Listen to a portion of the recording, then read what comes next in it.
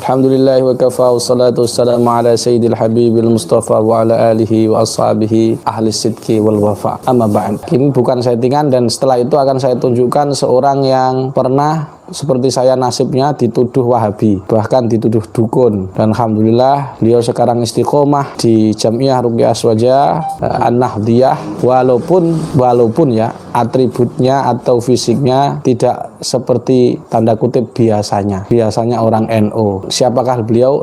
Baik Pak sahabat, jadi kita akan tampilkan cerita kisah seorang peruqyah yang dulu ngeruqyah dan sudah lama, terus kita ajarin ngeruqyah baru tingkat SD, dia sudah merasa manjur padahal baru tingkat SD. Siapakah beliau? Beliau adalah Al-Ustadz Al-Alim Al-Alamah calon haji. Amin. Haji plus. Amin. Muhammad Su'aib. Fa'alahi falyatafadzal mashkuran. Bagaimana kisahnya? Monggo diceritakan Pak Ustadz Su'aib. Bismillah, alhamdulillah, wassalatu wassalamu ala rasulillah wa ala alihi wa sahbihi wa mawala ma ba'd.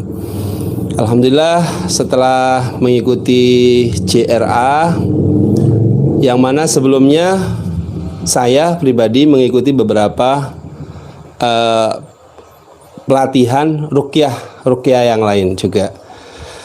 Sebelumnya kita ruqyah dianggapnya biasa begitu, tapi termasuk banyak hal yang ketika kita meruqyah orang mentok, ternyata kemampuan kita di bawahnya mereka yang kita ruqyah.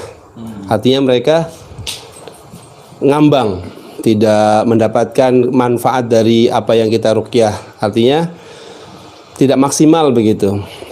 Tapi alhamdulillah setelah belajar dengan JRA, nah terutama guru kita Gus Ama, Kiai Haji Alama Alauddin As-Siddiqi, jadi banyak pengalaman-pengalaman pribadi dalam meruqyah. Ini mendapatkan kemanfaatan yang luar biasa, yang kita sendiri merasa bahwa itu bukan makom saya, bukan kemampuan saya tidak mampu seperti itu, tapi Allah berikan hal yang sedemikian rupa sampai kita setengahnya terkejut kok bisa gitu. Contoh kasusnya kita berbicara dengan jin, dengan mengislamkan mereka, kemudian kita memberi nama kepada mereka dan mengeluarkan mereka dengan begitu mudahnya Gus. Sangat mudah untuk mereka keluar, dan si marqiyah ini merasakan kenikmatan dari ruqyah itu dan tidak merasakan sakit setelahnya sampai sekarang. Jadi orang-orang itu biasanya kalau punya kasus lagi, misalkan kita sering, habis di ruqyah kumat lagi gitu, kita pasti dipanggilnya. Nah, ini salah satu dan dari beberapa kasus yang ada, mereka ini sudah tidak lagi merasakan gangguan itu sendiri. Alhamdulillah, Masya Allah, mereka tidak merasakan adanya hal-hal yang baru ketika setelah di ruqyah itu selesai, nggak kumat lagi gitu. Alhamdulillah. Nah, ini tidak luput dari kesungguhan dari guru-guru kita dalam mendoakan murid-muridnya yang jelas, dimana kita ini sebenarnya tidak bisa apa-apa gitu. Nah, seperti Gus Samad bilang tadi, kita ini masih SD tapi merasakan kok sedemikian rupa bisa gitu. Bisa, kebisaan ini bukan dari kita, tapi dari guru-guru kami. Keberkahan-keberkahan yang ada pastinya dari guru-guru beliau-beliau juga yang di atasnya begitu. Baik, sebelum diakhiri saya bertanya, boleh apa tidak? Nanti sampai jawab seadanya tanpa rekayasa. Dan nanti akan saya tunjukkan pertanyaan dari sahabat yang ingin bertanya ke beliau. Silahkan. Pertanyaan dari saya yang pertama, dulu sampeyan ketika ngeruqyah minhum lah, katakanlah minhum, tak nyebut siapa organisasinya, dan memang saya larang untuk menyebut nama organisasi. Itu metodenya bagaimana? metode untuk nyari buhul seperti apa? Jadi saya jawab bagaimana cara terapi-terapi yang ruqyah yang lain gitu ya. Jadi terapi ruqyah yang lain itu rata-rata membacakan ayat-ayat ruqyah saja. Tidak banyak teknik ini dan itu. Bisa enggak bedakan ketempelan dan santet misalnya? Oh, kita nggak bisa, Gus. Oh gitu. Jadi mereka pokoknya respon, ya sudah kita ruqyah terus gitu. Di ruqyah mulai awal sampai akhiran, awalan wa akhiran hatta akhiran agak Enggak. gitu aja. Enggak ada taskhis, enggak ada. Enggak ada, Gus. Begitu saja. Kemudian apa tadi? Cara mencari buhul. Hampir untuk saya pribadi tidak pernah mendapatkan ya, masih maaf. Kalau mungkin di tempat kawan-kawan yang lain itu mungkin ada, tapi saya selama ngikuti gak pernah belajar mencari buhul. Kalian sampean belajar CRA yang pelatihan di sini diajarkan cara mencari buhul enggak? Iya. Itu pakai air enggak? Ada pakai air, kemudian membacakan di beberapa tempat gitu kan. Oh, sekarang enggak pakai. Enggak pakai ya. Kenapa? 400.000. Masya Allah. Ini lebih jos lagi.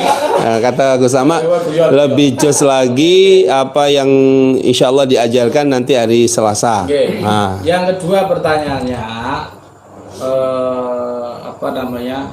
pernah nggak sampean ini dituduh, biar orang-orang dengar saya ngomong apa? Pertanyaan yang kedua, apa yang memotivasi sampean ini jenggotnya panjang dan pernahkah dituduh sampean ini Wahabi? Okay. Jadi saya jenggot panjang. Sampean agak ke sini biar jenggotnya terlihat. Jadi yang pertama ya, kami waktu masih bujang dulu masih gitu Gus. Untuk kita memang Allah SWT berikan dalam lahirnya saya itu memang panjang jenggotnya kan. Jadi banyak orang nanyakan, kok bisa panjang jenggot, kok bisa gitu.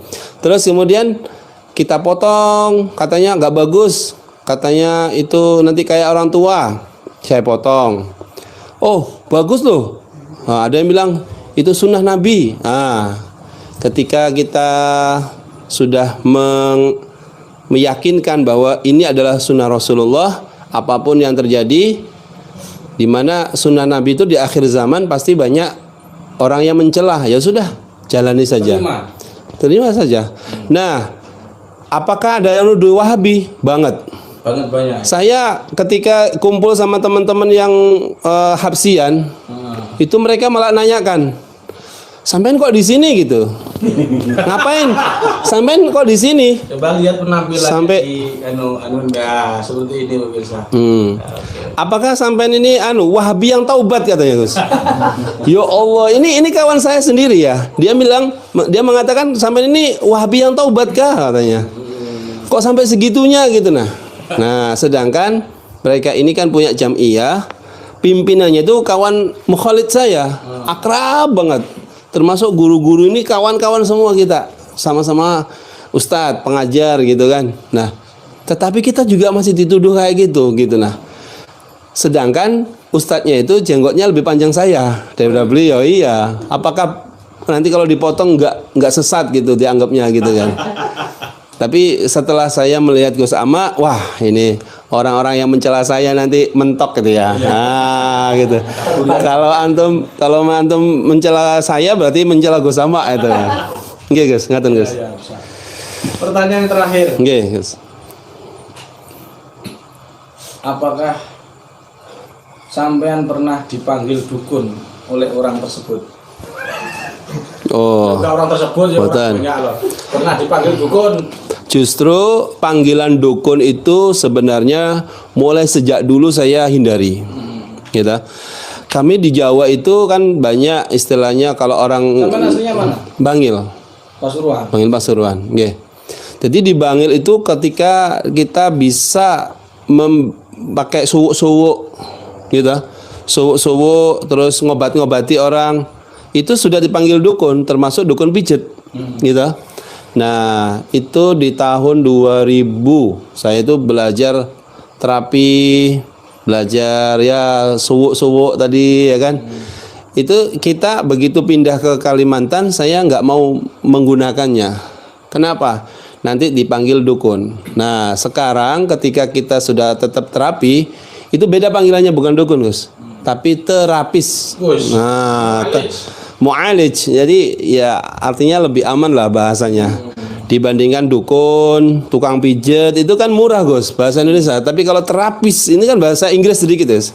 Terapis agak keren. Jadi harganya juga lebih mahal. Nah, kalau pijet itu murah, Gus, karena dia bahasa Indonesia, gitu kan, pijat gitu. Tapi message mahal, Gus. Wah, itu message, tapi isinya juga pijet juga. Jadi kita agak keren sedikit lah dari nama-nama itu. Insya Allah tidak masalah, Gus. Iya, Gus. Ya sebentar kita. Baik, itu jadi para sahabat semua, beliau mungkin dari teman-teman ada pertanyaan. Jadi ini salam dulu dong, bentar. Nanti dijawab ya. Kalau ada pertanyaan dijawab.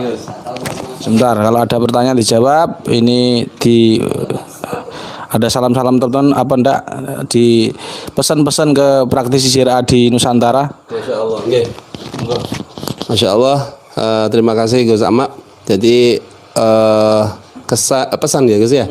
Pesan-pesan. Jadi mari kita kuatkan daripada ukhuwah kita. Jadi kita tidak melihat daripada berbagai macam perbedaan.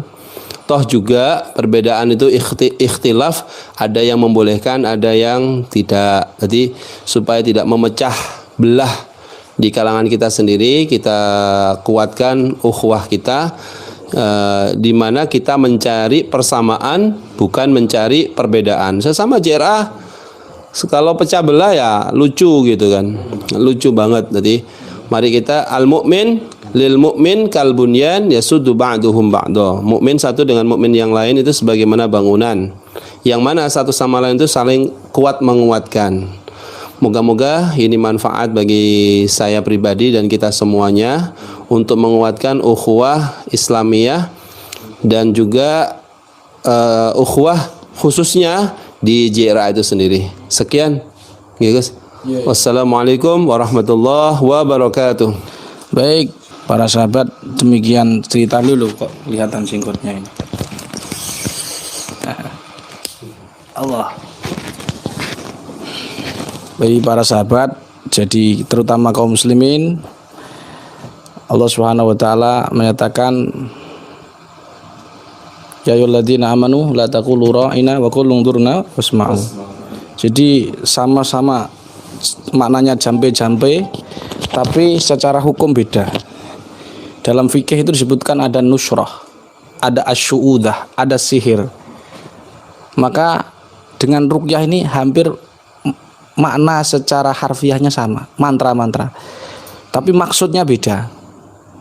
Jadi jangan sering menyebut orang-orang yang belum jelas kalian belum paham terhadap orang tersebut, kemudian kalian ngomong uskun, ustad dukun, kikun, kiai dukun, belum jelas-jelas kalian tahu isinya, hanya dari belum tabayun sudah menuduh dukun. Itu dihindari, karena kita tahu di Fathul Bari disebutkan ada bab kahanah, ada larangan dukun, ada hadis 11 hadis, dan itu insya Allah tidak ada satupun yang memeleset ke JRA. Hadis-hadis dari bab di Imam Ibnu Hajar Al-Asqalani membahasnya dalam babul kahanah, itu ada hadis-hadis yang insya Allah sudah saya sudah baca, sudah jatuh, dan itu sama sekali praktisi JRA ini tidak ada metode satupun yang masuk ke ranah al-kahanah tadi, perdukunan. Jadi insya Allah kita masih syar'iyah, walaupun tanpa embel-embel syar'i, karena dalam kaidah kita annaha la musyahata fil istilah. Dan para sahabat semua yang dituduh dukun jangan tersinggung, karena yang dimaksud itu orang Jawa pun dukun. Jadi kalau orang luar Jawa bilang dukun, itu tentu mereka tersinggung. Orang Bali kamu ngomong dukun, ya tersinggung. Orang Muslim kamu bilang dukun. Tapi kalau orang Jawa yang dimaksud dukun itu terapis. Jadi sahabat juga begitu, jangan mudah tersinggung, dan kita juga jangan mudah mengatakan orang dukun kalau belum, karena dukun itu hadus sarkhir darbatan bisaib, yang dimaksud sihir itu juga dukun itu juga penggal kepala. Demikian.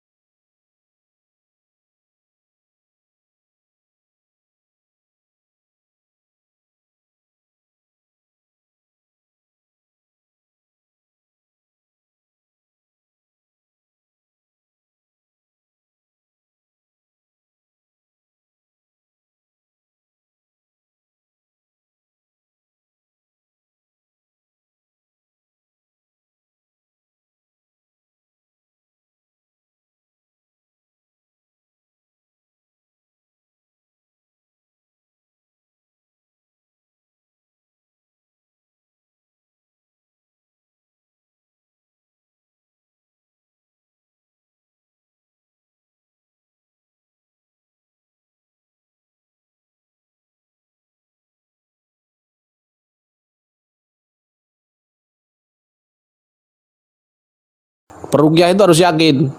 Jangan bertarif, harus yakin. Wa may yattaqillaha yaj'al lahu makhraja wa yarzuqhu min haitsu la yahtasib. Nah, ini yang harus dipercayai peruqyah. Peruqyah kok enggak percaya, malah bertarif-tarif mediator 300. Kita harus yakin Allah sebagai Ar-Razzaq. Jadi Allah buka pekerjaanmu tidak memberi rezeki.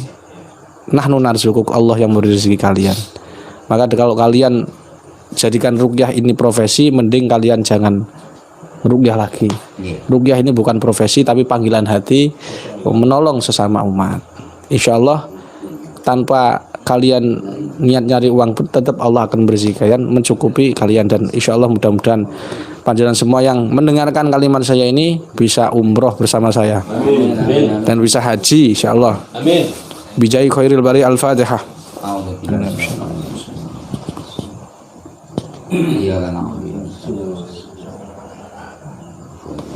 Demikian dari saya. Subhanakallahumma bihamdika asyhadu an la ilaha illa anta astaghfiruka wa atubu ilaik. Mudah-mudahan dari semua yang kita bicarakan tadi tidak sia-sia dan membuat kalian tambah cedek pangeran, tambah dekat dengan Allah, taat kepada Allah Subhanahu wa taala. Assalamualaikum warahmatullahi wabarakatuh. Waalaikumsalam.